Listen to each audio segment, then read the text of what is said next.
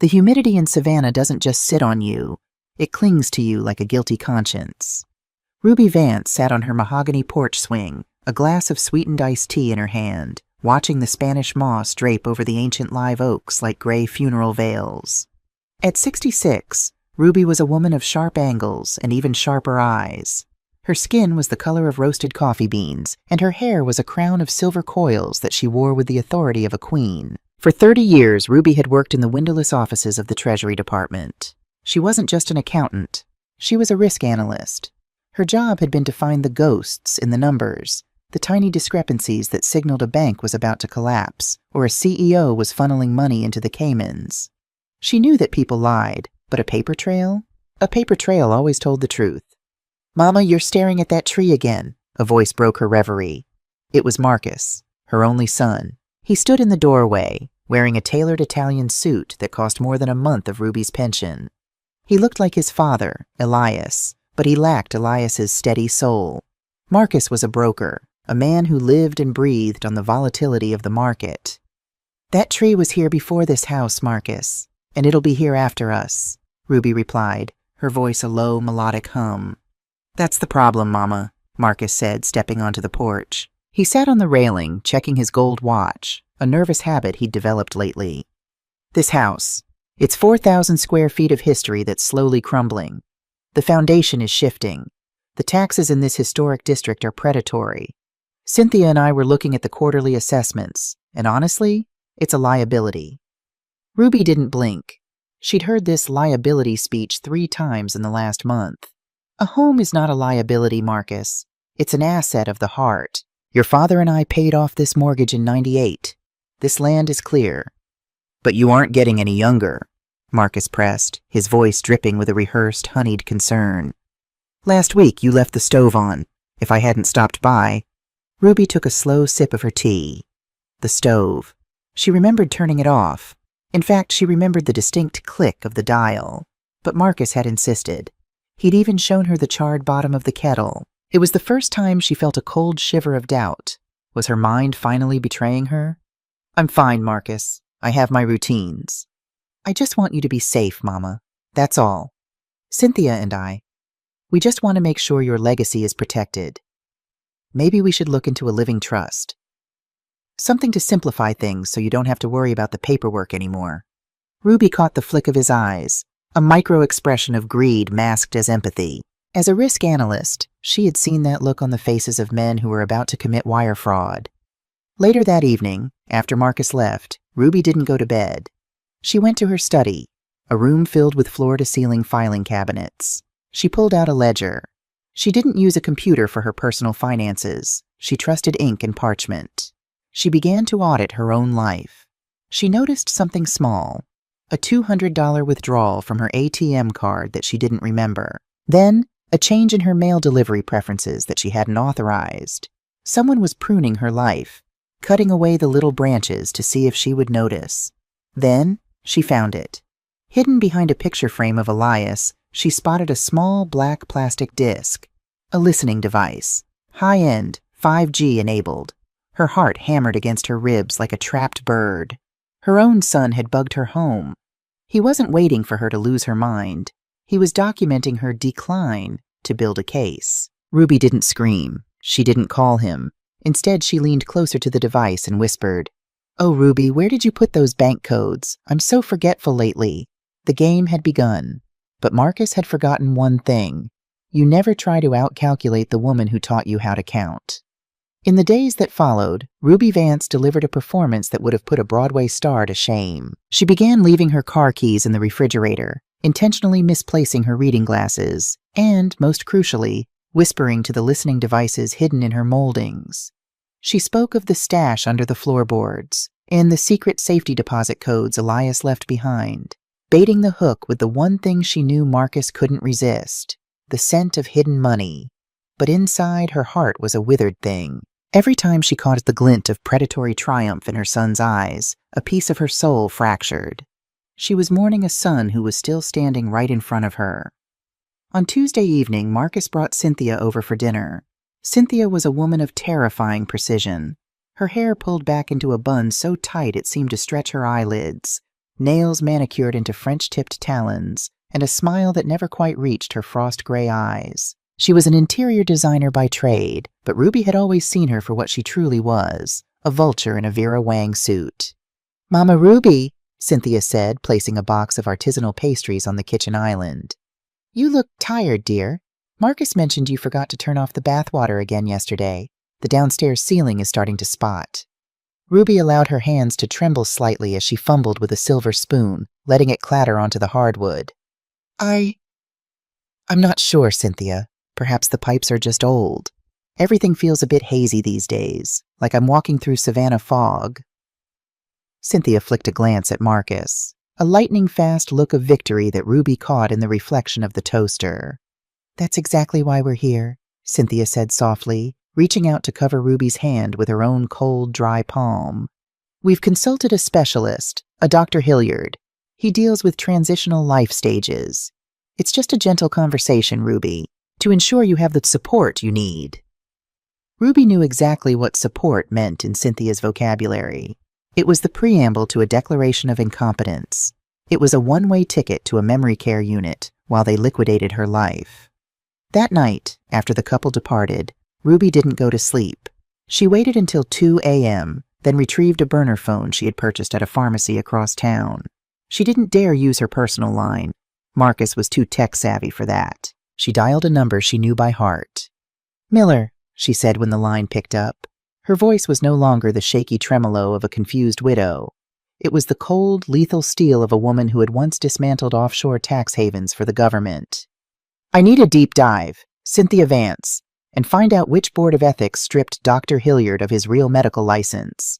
3 days later, Detective Miller, her old contact from the Treasury, met her in the back of a dim church hall during a choir rehearsal. He handed her a manila envelope. Twist 2 unfolded in the shadows. Cynthia's design firm was a hollow shell, a front used to wash the losses from Marcus's disastrous spree in high-stakes crypto lending. They weren't just broke. They were millions in the red to people who didn't take IOUs. Even worse, Miller had photographed Cynthia meeting with a man named Julian, a ruthless real estate developer who had been trying to buy the Vance lot for years to build luxury condos. Cynthia wasn't just Marcus's wife. She was Julian's inside man. Marcus was a pawn. Cynthia was the player. And Julian was the house. "They want to put me in a hole and throw the dirt over me before I'm even dead," Ruby whispered, her eyes burning with a cold, righteous fury. She spent the weekend in her basement, surrounded by the smell of old paper and Elias's law books. She pulled out the files for the Elias Vance Family Trust. Marcus assumed the house was in Ruby's name personally. He had forgotten the intricate spendthrift clauses his father had drafted decades ago, clauses designed to protect the estate from exactly this kind of predatory behavior. Ruby began a complex series of electronic transfers. She didn't move the money to a new bank. She moved it into escrow accounts triggered by biometric authentication. She was deadbolting her digital life. On Monday, Marcus arrived with a stack of papers. "Just some medical authorization forms for the Hilliard consultation, Mama. Just sign here so he can review your files." Ruby signed without looking, her hand shaking for effect. Marcus didn't notice the special carbon film sheet she had slipped underneath the documents to capture the exact pressure and alignment of the signature. He didn't notice the micro-camera hidden in the lace of her collar as she leaned in to hug him goodbye. "Thank you, Mama," Marcus whispered. His voice wavered, not with emotion, but with the frantic adrenaline of a man who thought he had just stolen the keys to the kingdom. Ruby smiled against his shoulder, a sad, final smile. "You're welcome, son. I always wanted you to have exactly what you deserve." Ruby knew the hammer was about to fall. The medical authorization Marcus had her sign was in reality a petition for emergency guardianship combined with a quitclaim deed. Or so he thought. To ensure she was out of the way for the transition, Marcus had arranged for her to spend a week at a silent retreat in the mountains of North Carolina. "It's for your soul, Mama," he had said, his eyes darting to the hallway where Cynthia was already mentally measuring for new curtains. No phones, no distractions, just peace. Ruby went, but she didn't go to North Carolina. She took the bus to a small town outside of Savannah and checked into a motel under her maiden name, sitting in front of 3 different laptops. She watched the peace Marcus intended for her unfold through the hidden lenses she had installed throughout her home. On Wednesday, the cameras captured the assault. A locksmith arrived at 10 a.m. Marcus stood on the porch, tapping his foot, holding the fraudulent deed like a scepter. By noon, every lock on the 110-year-old mahogany doors had been replaced with smart locks, sleek, silver, and utterly foreign. Ruby watched on her screen as Cynthia walked through the rooms, sticking neon green sold tags on the antique furniture. "The sideboard goes to auction," Cynthia told the locksmith. "The piano is junk. Clear it out by Friday." Ruby felt a tear escape, hot and bitter. That piano was where Marcus had learned his scales. That sideboard held the china Elias had bought her for their 20th anniversary. They weren't just clearing a house, they were erasing her existence. On Thursday morning, Ruby caught a ride back to Savannah. She didn't call the police. She didn't call Marcus. She walked up her driveway, the gravel crunching under her sensible shoes. She looked at the house, her house, and saw the for sale sign already planted in the flower bed, obscuring the azaleas Elias had loved. She stepped onto the porch.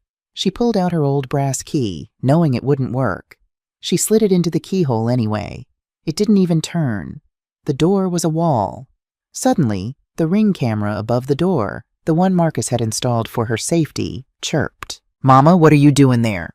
Marcus's voice came through the tiny speaker, distorted and tinny. He sounded panicked.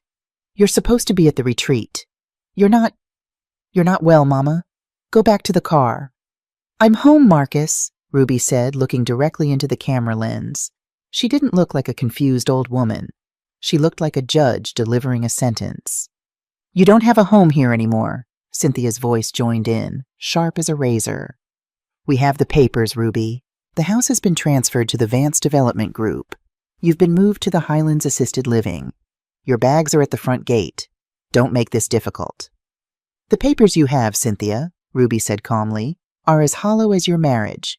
I suggest you look at the title registry one more time, very carefully." "Leave, Ruby, or we call the police for trespassing," Marcus shouted. Ruby didn't leave. She sat down on her porch swing. She pulled a thermos from her bag and poured a cup of tea. She knew Marcus was driving over, probably at 90 miles an hour. She knew the police were likely on their way too. Twist 3 began to unfurl. As Marcus and Cynthia pulled into the driveway, tires screaming, they weren't alone. A black SUV followed them. Out stepped a man in a charcoal suit. Not a policeman, but a forensic auditor from the title insurance company, accompanied by Detective Miller. "Marcus Vance?" the auditor asked. "We received an alert regarding a flagged quitclaim deed filing. There's a discrepancy in the chain of title." "Discrepancy? I have her signature," Marcus yelled, waving a folder. "The signature is valid," the auditor said, peering over his glasses. "But the entity you transferred the property to, Vance Development Group, doesn't exist in the state registry. And more importantly, the property itself was moved into a restricted irrevocable trust 48 hours before your filing. You tried to sell a house that was already owned by a ghost." Marcus turned pale. Cynthia backed away toward the car. "But that's not the biggest problem, son," Ruby said, standing up from the swing. She held up her burner phone, which was streaming a live recording of their conversation from the kitchen the night before, the one where they discussed accelerating her decline with unprescribed sedatives. "Trespassing is a misdemeanor," Ruby whispered. "But what you've done, that's a legacy of a different kind." The police sirens began to wail in the distance, but the real chill came from the look in Ruby's eyes. She wasn't just defending a house. She was dismantling a betrayal. The flashing blue and red lights of the Savannah PD cast long, rhythmic shadows against the peeling white columns of the Vance estate. Marcus was shouting, his face a frantic shade of crimson, while Cynthia stood by the passenger door of their Mercedes, her cell phone pressed to her ear, her cool exterior finally cracking. "This is a civil matter," Marcus barked at Detective Miller. "She signed the deed. I have the notarized documents." Miller, a man who had seen enough white-collar rot to last 3 lifetimes, didn't move. He simply leaned against the fender of the black SUV. "Actually, Marcus, when a deed is filed under a non-existent entity, it's not civil. It's fraudulent misrepresentation. And when you use a forged medical evaluation to justify it, that's elder exploitation." Ruby watched from the porch swing, her hands steady as she packed away her thermos. She wasn't gloating. There was no joy in watching her son's world dissolve into the humid Georgia night. There was only the cold, clinical satisfaction of a risk analyst seeing a projected failure come to fruition. By midnight, Marcus and Cynthia had been forced to leave. They weren't in handcuffs, not yet. The legal system is a slow, grinding mill, and Miller needed a clean kill before he made an arrest. Ruby was back inside her house, the smell of lavender and old floor wax a comfort against the lingering scent of Cynthia's expensive perfume. But Ruby knew this wasn't over. A man like Marcus, backed into a corner with debts to people who didn't use lawyers, was a dangerous animal. The next morning, Ruby turned her kitchen into a war room. She didn't just want her house back. She wanted the truth.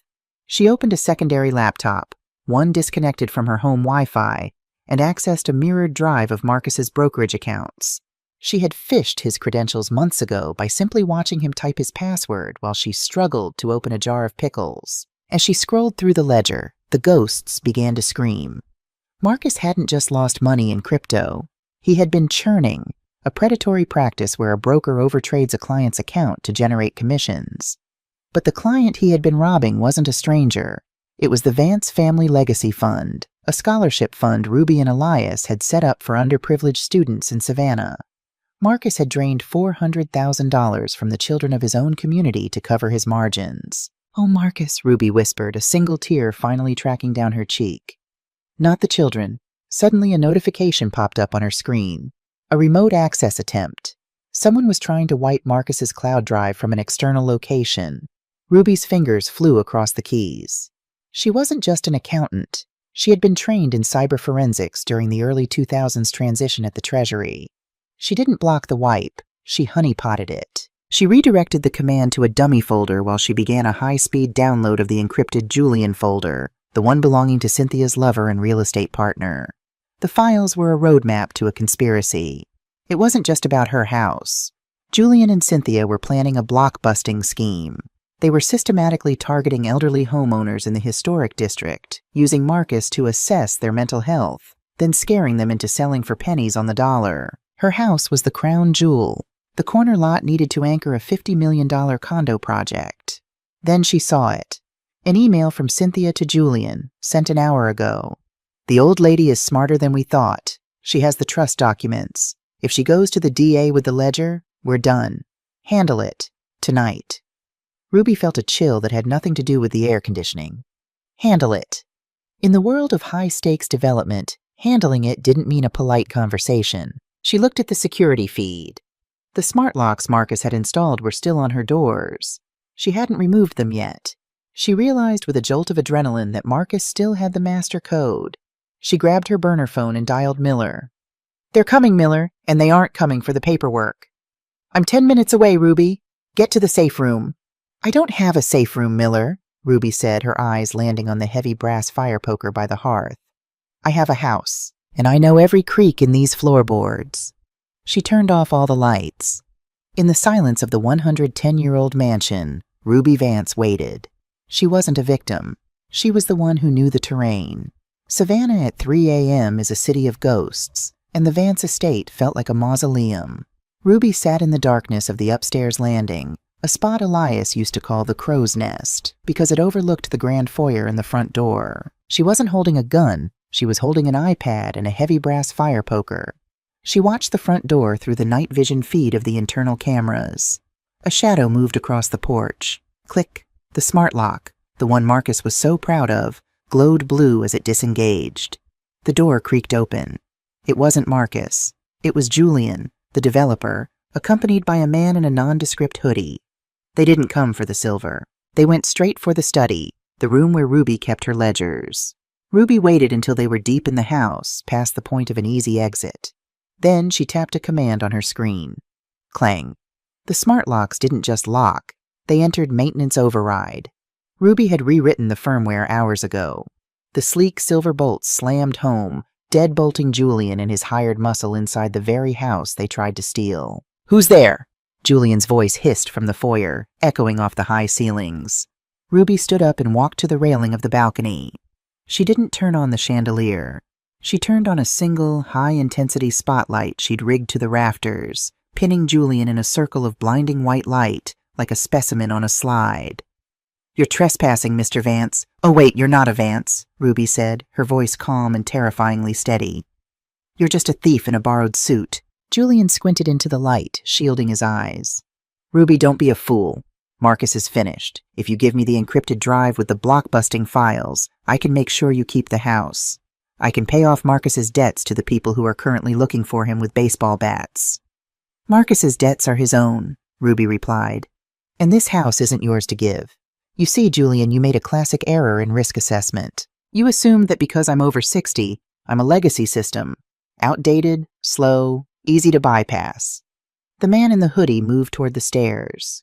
Ruby didn't flinch. She pressed another button. A high-decibel security siren, the kind used in bank vaults, erupted, a piercing, physical wall of sound that made the intruder stumble and clutch his ears. At that moment, the front lawn ignited, not with fire, but with the strobing blue lights of 6 Savannah PD cruisers. Detective Miller hadn't been 10 minutes away. He'd been waiting in the neighbor's carriage house. "Drop the crowbar!" Miller's voice boomed through a megaphone. Ruby watched as the police breached the back entrance. Julian was tackled onto the Persian rug Margaret had spent 3 years saving for.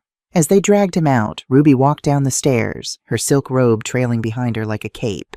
As Julian was being loaded into the cruiser, he spat at Miller. "You got nothing. Marcus signed those papers. It's his word against hers." "Actually," Ruby said, stepping into the night air, "it's your word against the IRS and the FBI." She handed Miller a physical thumb drive. "While they were breaking in, I finished the upload. I didn't just find the blockbusting scheme, Miller. I found Julian's offshore accounts. He wasn't just building condos. He was laundering money for a cartel out of Miami. That's why he was so desperate for this corner lot. It was the designated hub for their wire transfer shell company." Julian's face went from rage to a hollow, gray mask of terror. He wasn't just going to jail for fraud. He was going to a federal penitentiary for money laundering. But the victory felt hollow when Ruby saw a third car pull up. Out stepped Marcus, handcuffed in the back of a separate unit. He looked small. He looked like the boy who used to cry when he fell off his bike. Except this time, the wound was self-inflicted and terminal. "Mama!" Marcus choked out as the officer led him past her. Ruby looked at her son. She didn't see a broker. She didn't see a man. She saw a paper trail that had ended in a dead end. "I loved you more than the house, Marcus," she said, her voice cracking for the first time. "But I love the truth more than I love a lie. And you, my son, have become a very expensive lie." She watched them drive away. The house was quiet again. The Spanish moss swayed in the breeze, indifferent to the lives that had just been shattered beneath its branches. Ruby went back inside, picked up the fire poker, and placed it back by the hearth. She had saved the house, but the home was gone. The Savannah sunrise offered no warmth to the silver-haired woman sitting in the library. Ruby Vance hadn't slept. She spent the night enveloped in the scent of Elias's old law books and a pot of Earl Grey tea that had long since gone cold. Outside, the moss-draped oaks stood as silent witnesses to the yellow crime scene tape fluttering against her wrought-iron gates. In the elite African-American circles of Savannah, reputation was a currency more valuable than gold, and Marcus had just declared bankruptcy on the family name. At 8 a.m., Lawyer Sterling arrived. He was a stout man with thick spectacles who had carried the Vance secrets in his leather briefcase for 30 years. He set the bag on the mahogany desk with a heavy thud. "Ruby, I've reviewed the preliminary reports from Miller," Sterling said, his voice a gravelly baritone. "Marcus is being held at the Chatham County Jail. Cynthia has vanished, though the FBI believes she hasn't crossed the state line yet. However, we have a bigger problem. Asset entanglement." Ruby arched a silver eyebrow. "Speak plainly, Sterling." "Because Marcus signed mortgage agreements under Vance Development Group, an entity he swore had title to this house. His creditors are filing to freeze the estate. They're claiming to be bona fide purchasers. They want this house to settle his debts." Ruby offered a smile that held no heat. "They want to fight a former Treasury risk analyst on property law? Let them try." She pushed a forest green folder across the desk. "This is evidence of systemic fraudulent inducement. Marcus didn't just lie to me. He defrauded the creditors using falsified financial statements designed by Cynthia. Under Georgia law, a contract formed on a foundation of fraud is void ab initio, void from the beginning. It has no legal standing." But the real sting lay deeper in the digital trail.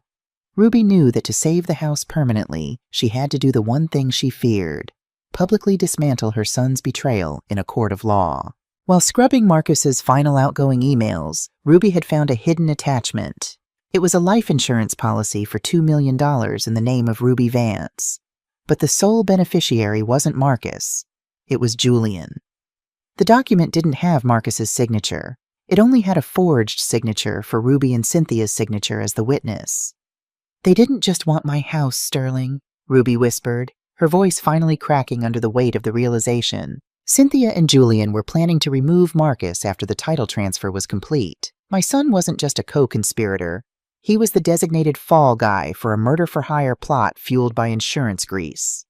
This truth was a physical blow. She realized that while Marcus was busy trying to gaslight her into a nursing home, the woman he loved was preparing to put both of them in the ground.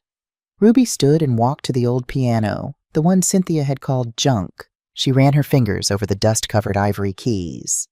"Sterling, contact the district attorney's office. I won't just testify against Julian. I will provide the roadmap to catch Cynthia. But I have one condition." "What is it, Ruby?" "Marcus needs a plea deal. He goes to prison. That is non-negotiable for what he has done.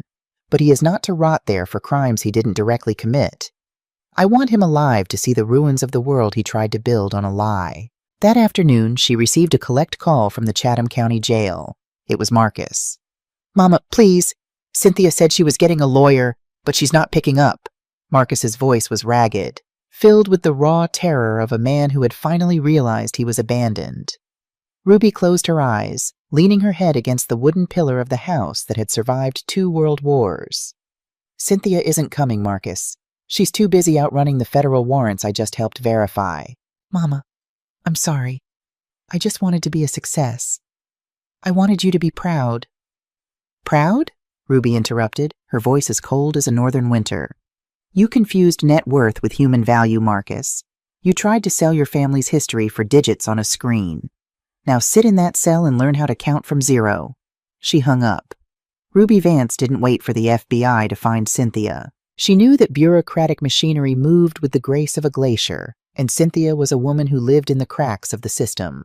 To find a vulture, you had to look for the scent of decay.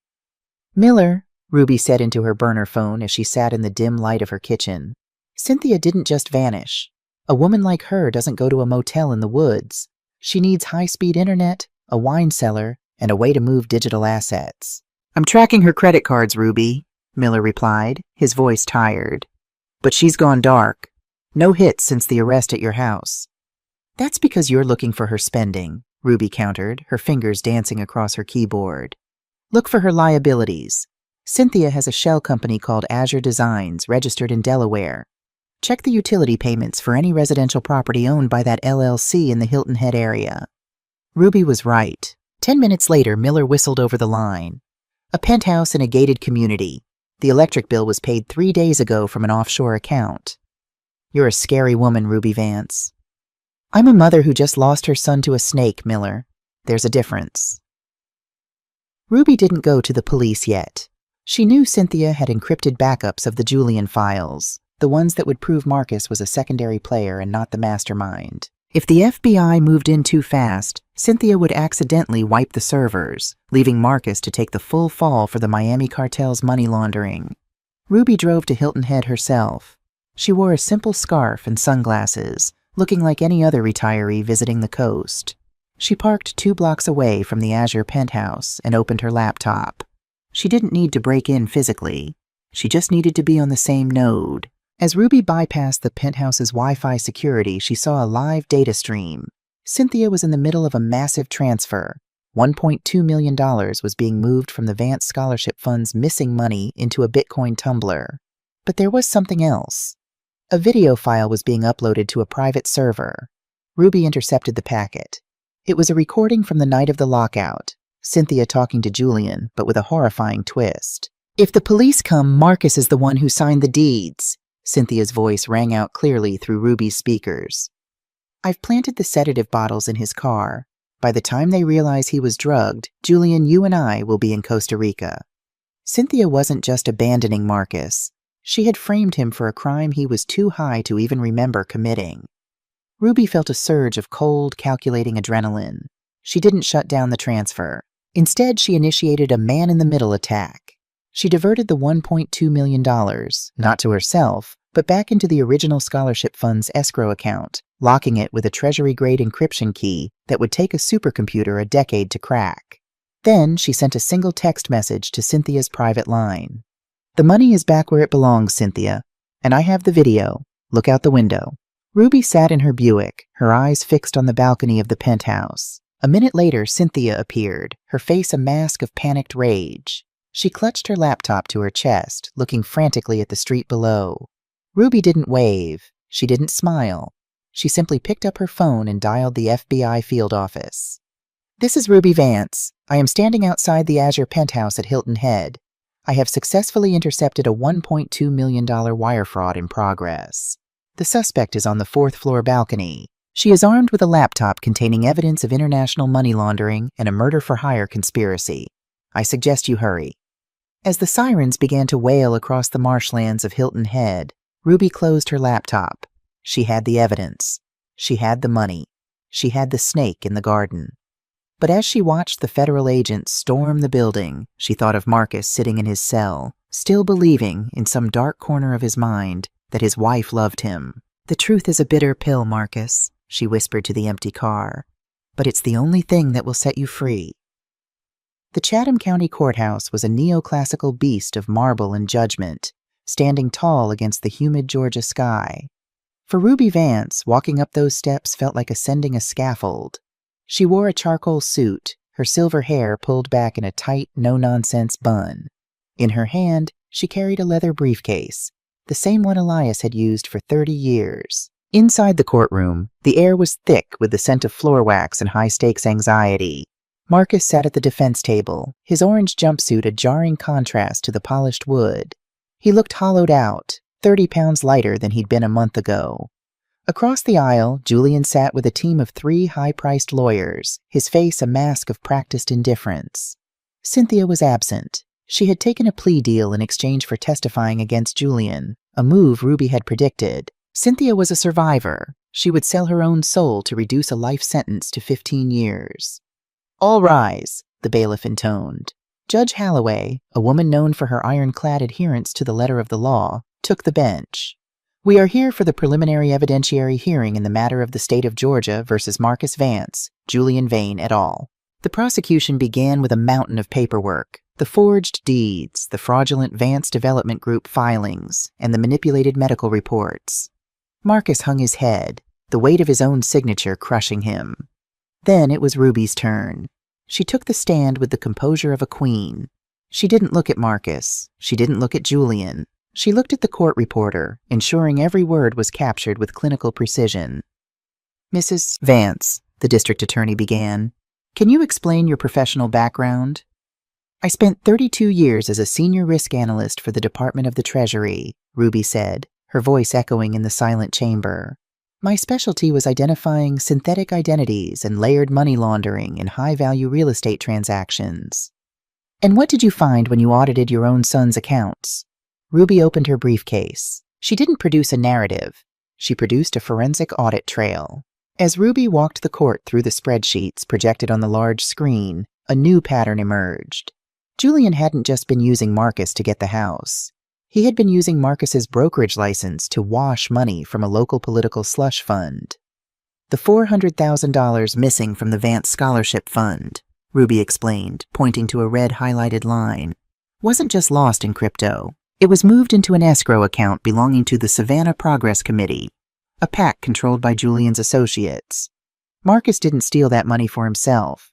He was told it was a short-term bridge loan to secure the development permits. He was lied to about the destination of the funds."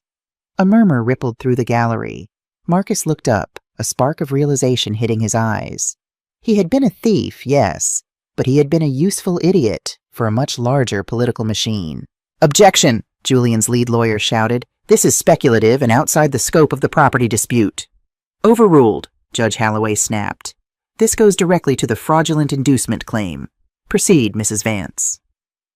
Ruby then played the Cynthia recording, the one she had intercepted at Hilton Head. The courtroom fell into a deathly silence as Cynthia's voice detailed the plan to frame Marcus and accelerate Ruby's demise. Marcus let out a ragged, choked sob. He buried his face in his hands, finally seeing the full scope of the viper he had brought into his mother's garden. "Mrs. Vance," the DA asked, "what is your recommendation to this court regarding the Vance estate?" Ruby turned her head slowly to look at her son. For a moment, the auditor was gone, and only the mother remained. "I ask the court to declare the deeds void ab initio," Ruby said firmly. "But more importantly, I ask for the court to recognize that while my son is guilty of greed and negligence, he was a victim of a coordinated criminal conspiracy led by Mr. Vane and his associates. I have provided the FBI with the encrypted keys to the PAC's offshore accounts. The paper trail leads to the front door of the city hall." Ruby stepped down from the stand. As she passed Marcus, she didn't stop. She didn't touch him. But she whispered loud enough only for him to hear, "Now you know the cost of a shortcut, Marcus. Pray the truth is enough to buy back your life." By the end of the day, Julian Vane was let out in handcuffs on new federal racketeering charges. The Vance Development Group was legally dissolved. But as Ruby walked out of the courthouse, the victory felt like ashes. She had saved the house, and she had saved Marcus from a life sentence, but she had destroyed the city's political elite and her family's name in the process. "Ruby!" Miller caught up to her at the bottom of the steps. "The FBI wants to talk to you about the PAC files. You've started a landslide, woman." "I didn't start it, Miller," Ruby said, putting on her sunglasses. "I just followed the paper trail to the cliff's edge. Everyone else decided to jump." The courtroom drama was over, but the silence that followed in the Vance mansion was louder than any gavel. Ruby stood in the center of her foyer, the dust motes dancing in the shafts of afternoon light. The sold stickers were gone. The smart locks had been ripped out and replaced with heavy traditional brass deadbolts, and the for sale sign had been chopped up for kindling. Yet the house felt haunted, not by ghosts, but by the echoes of Marcus's footsteps and the cold, clinical scent of Cynthia's perfume that seemed to linger in the drapes. "Mama?" Ruby turned. It was Marcus. He wasn't in an orange jumpsuit anymore. Thanks to the plea deal Ruby and Sterling had negotiated, leveraging the PAC files and the Cynthia recording, Marcus had received a 10-year sentence, with 7 years suspended. He was headed to a minimum security facility in 3 days to serve his time for negligent financial fraud and accessory to exploitation. He stood in the doorway, his suitcase packed. He wasn't allowed to stay. The terms of his bail required him to remain at a halfway house until his reporting date. "I came to say goodbye," Marcus said, his voice stripped of the arrogance that had defined him for a decade. He looked at the walls, at the portraits of his father, and finally at Ruby. "I know sorry is a hollow word, Mama. I tried to sell the air you breathe." Ruby walked to the mahogany sideboard, the one Cynthia had marked for auction. She picked up a small, framed photograph of Marcus at age 7, holding a trophy from a science fair. "You were always so focused on the trophy, Marcus," Ruby said softly. "You never cared about the science. You just wanted the gold." "I thought that's what a Vance was supposed to do," he whispered. "Succeed. Win. At any cost. Your father won because he was steady. I won because I was meticulous. You tried to win because you were fast. And speed, Marcus, is the enemy of accuracy." Ruby set the photo down. She didn't hug him. She wasn't ready for that, and perhaps she never would be. The betrayal had left a scar on the risk analyst part of her brain that couldn't be ignored. "There's one more thing," Ruby said, pulling a final document from her pocket. "The $400,000 you borrowed from the scholarship fund. I didn't just return it. I used the liquidated assets from Julian's seized condo, the one Cynthia was hiding in, to double it. The fund is now an irrevocable educational endowment," Ruby continued. "And because of your conviction, your name has been legally removed from the board. But I've added a clause, a restorative justice clause. When you get out, if you complete your community service and pay your fines, you will be a mentor for the students. You will teach them exactly how easy it is to lose your soul to a spreadsheet." Marcus stared at the paper. It was his salvation and his penance, written in the same ink his mother had used to dismantle him. "You're making me a cautionary tale," Marcus said, a wry, sad smile touching his lips. "I'm making you a Vance again," Ruby corrected. "Vances don't hide from their debts. We audit them. As Marcus walked out of the house for the last time, Ruby didn't watch him leave. She went to the backyard. She stood by the garden where the collard greens were finally starting to sprout, pushing through the thick Georgia soil. She picked up a trowel and began to dig. She wasn't just planting vegetables, she was burying the risk analyst. She had spent her life looking for what could go wrong. Now, she wanted to see what could grow. Suddenly, her phone buzzed. It was a message from Detective Miller. "Cynthia's extradition is complete. She's singing like a bird about the Miami connection. You're a hero in the DA's office, Ruby. They're talking about a commendation." Ruby deleted the message. She didn't want a commendation. She wanted the humidity, the Spanish moss, and the quiet. She looked up at the crow's nest balcony. The house was safe. The legacy was secure. But as she felt the weight of the brass key in her pocket, she knew that the greatest risk wasn't the fraud from the outside. It was the silence on the inside. The dust has finally settled in Savannah. A year has passed since the blue and red lights stopped flashing outside the Vance estate. In the world of high finance and Southern politics, a year is an eternity, long enough for Julian Vane to be sentenced to 20 years in a federal penitentiary, and for Cynthia to vanish into the witness protection program after dismantling the Miami cartel's paper trail. But for Ruby Vance, time moves differently. It moves in the steady hum of the cicadas and the slow growth of the okra in her garden. Ruby sat at her mahogany desk, but she wasn't auditing a ledger. She was writing a letter. Beside her sat a small, velvet-lined box containing the original brass keys to the house, the ones Marcus had tried to make obsolete with his smart locks. She looked at the security monitor on her desk. It was no longer a hidden war room setup. It was a standard high-definition system that showed the front gate. A young man in a graduation gown was standing there, taking a photo. He was the first recipient of the Elias and Ruby Vance Phoenix Scholarship, a fund specifically for students who had overcome legal or financial hardships in their families. Ruby smiled. It was a real smile this time, one that reached her eyes. As Ruby sealed the letter, she looked at the Legacy Trust document one last time. There was a clause she had never told Marcus about, a behavioral incentive clause. If Marcus completed his 3 years of prison and 4 years of parole without a single financial infraction, the house wouldn't just be his to live in, it would be his to steward. But if he ever tried to leverage it, sell it, or lien it again, the title would automatically trigger a dead man's switch, transferring the entire estate to the city of Savannah as a permanent museum of African American history. "The house is the teacher, Marcus," she whispered to the empty room. "It will either ground you, or it will outlive you." The phone rang. It was a collect call from the minimum security facility in Waycross. "Mama?" Marcus's voice sounded different.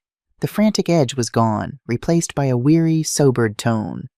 "I finished the accounting course. I'm tutoring 3 of the guys here for their GEDs.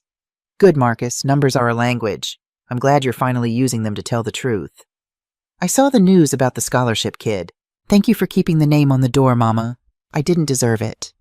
"You didn't," Ruby said, her voice firm but no longer cold. "But the name Vance doesn't belong to you or me. It belongs to the people who built this city when they weren't allowed to own the land they walked on. We're just the caretakers." They talked for 5 minutes, mostly about the weather and the garden. It wasn't a reconciliation, not yet. It was a rebuilding of the foundation, stone by agonizing stone. After she hung up, Ruby walked to the front door. She stepped out onto the porch and looked at the crow's nest. She remembered the night she pinned Julian in that spotlight. She remembered the fear, the anger, and the cold thrill of the hunt. She realized then that her greatest risk assessment wasn't about Marcus or Cynthia. It was about herself. She had almost let the analyst kill the mother. She had almost become as cold as the spreadsheets she used to dismantle her enemies. She took the brass key from her pocket and locked the door. Click. The sound was solid, physical, real. Ruby looked directly into the camera of her own mind, as if speaking to every person who would ever hear her story. "They'll tell you that after 60, you're a depreciating asset," Ruby's internal monologue narrated. "They'll tell you your memory is a leaky faucet and your judgment is a fading sunset. They'll try to frame your independence as a burden and your legacy as a liquidity event. Don't believe them. Document your life, protect your paper trail, and never ever assume that love means closing your eyes to the truth, because the people who want to manage you are usually the ones who can't manage themselves. Ruby walked down the steps and toward the old oak tree. She reached out and touched the gray, rough bark. Beneath her feet, the roots went deep into the Georgia clay, intertwined with the bones of the past and the dreams of the future. The house was silent. The legacy was secure. And for the first time in a year, Ruby Vance breathed in the humidity, and it felt like grace.